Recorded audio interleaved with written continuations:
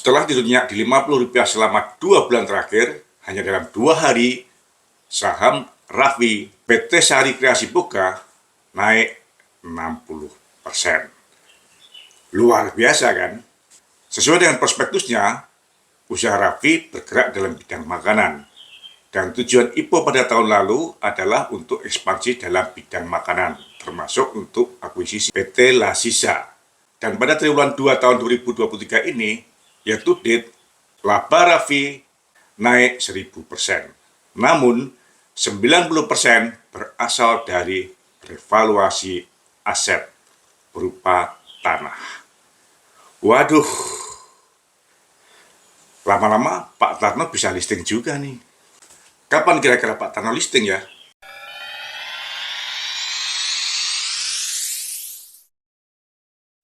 Selamat datang di Investor Level C.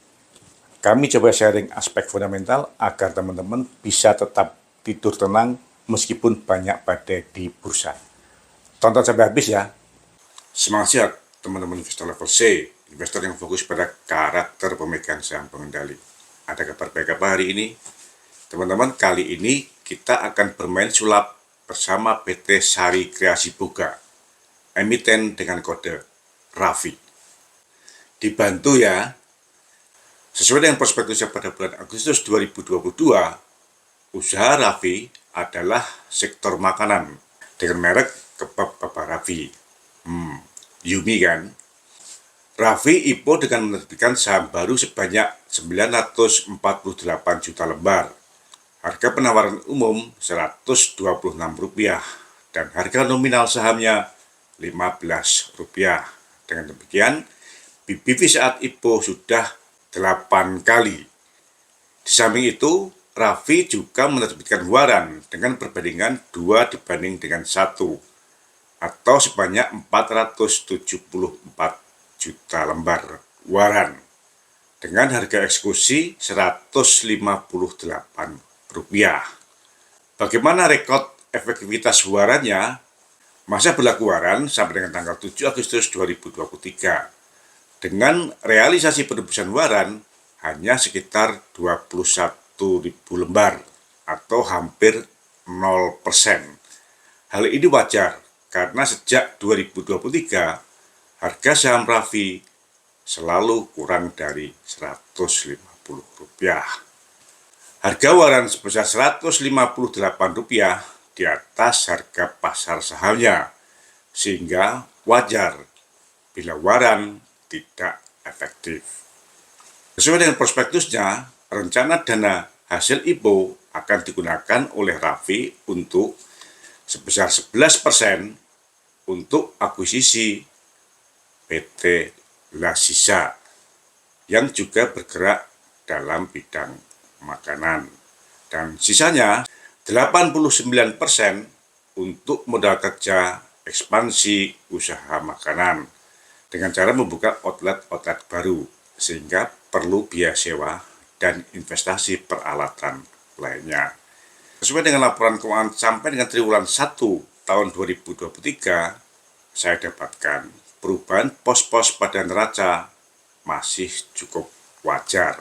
Beberapa pos yang mengalami kenaikan sejak 2021 atau menjelang listing sampai dengan triwulan 1 2023 diantaranya 14 miliar digunakan untuk akuisisi PT Lasisa, yaitu berupa goodwill merek yang dimiliki oleh PT Asisa, diantaranya Cap Enak, Chicken, dan lain-lain. 65 miliar atau 54% digunakan untuk meningkatkan persediaan lancar, kebanyakan berupa bahan baku atas produk-produknya.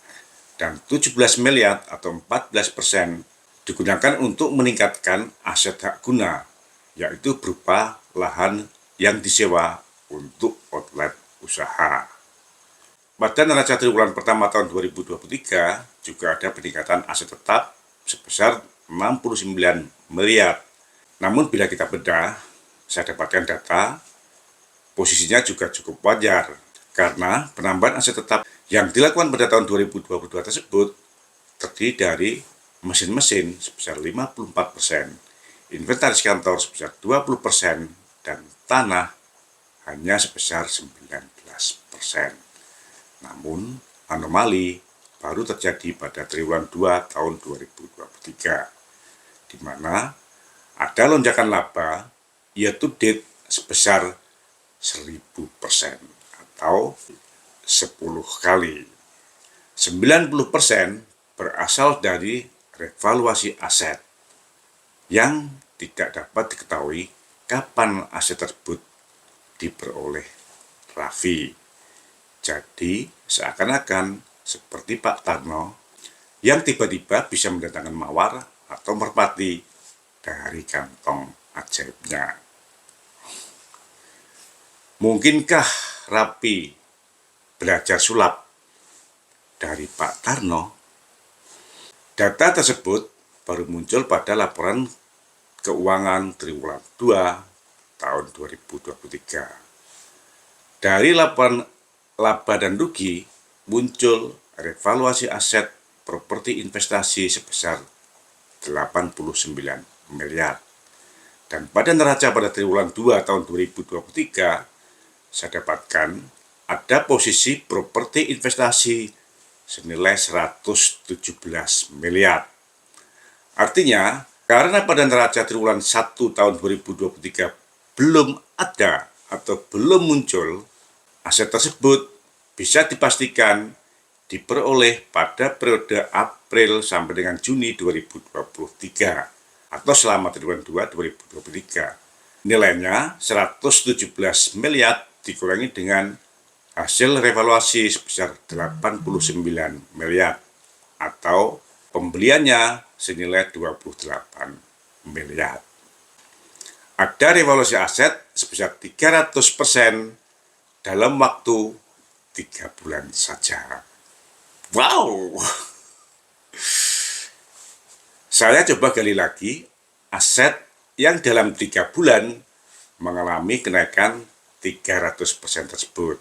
Dan saya dapatkan aset tersebut ternyata berupa tanah kosong di Kabupaten Gunung Kidul, tepatnya di Kelurahan Semugih, Kecamatan Rongkop, Kabupaten Gunung Kidul, Provinsi Daerah Istimewa Yogyakarta, yang terdiri dari 25 sertifikat seluas lebih kurang 15 hektar dengan nilai pembelian 28,1 miliar dan nilai appraisal yang digunakan sebagai harga pasar oleh Raffi sebesar 117,2 miliar.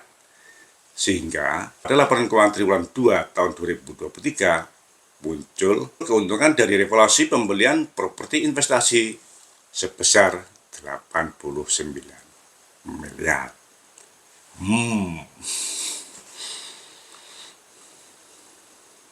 Saya coba mencari lokasi tanah tersebut dan sesuai dengan hasil pencarian pada Google Map, saya dapatkan Semugih merupakan daerah pertanian, bukan daerah tambang, emas, nikel, minyak, atau sejenis.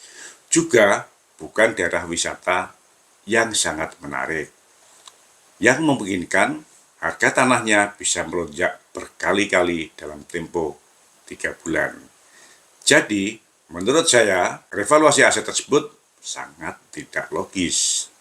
Terlepas dari kontradiksi di atas, kita kembali pada tujuan IPO PT Sari Kreasi Boga atau Raffi. Sesuai dengan deskripsi usaha pada prospektusnya, usaha Raffi untuk mengembangkan bisnis makanan dengan cara mengembangkan outlet baik secara langsung maupun secara tidak langsung melalui franchise misalnya. Sehingga investasi pada properti merupakan pelanggaran. Bila kita tunggu apa yang akan dilakukan oleh regulator, dalam hal ini OJK, untuk emiten yang main sulap seperti ini, saya yakin OJK tidak akan melakukan apa-apa. Jadi investor retail sendirilah yang harus menghukum emiten seperti ini apabila dugaan main sulap saya benar. Yaitu diantaranya dengan cara yang pertama, investor retail tidak perlu melakukan transaksi, apalagi transaksi pembelian saham baru, terutama membeli saham, sehingga mendorong agar emiten seperti ini kembali go private. Kemungkinan sangat kecil, namun usaha kita adalah untuk mengurangi agar porsi kepemilikan investor retail berkurang, sehingga mencapai di bawah syarat minimal floating rate. Dan yang kedua, mendorong agar emiten seperti ini bisa kembali tidur nyenyak di Rp50. Investor retail harus kompak melakukan perlawanan terhadap emiten yang tidak benar, sehingga bursa hanya pantas untuk diisi oleh emiten-emiten yang sehat dan benar. Semangat ya! Terima kasih telah menonton. Jangan lupa kasih komen agar channel Investor Level C dapat lebih berkualitas. Dan jangan lupa sharing agar teman-teman yang lainnya bisa mendapatkan manfaat dari channel Investor Level C. Terima kasih.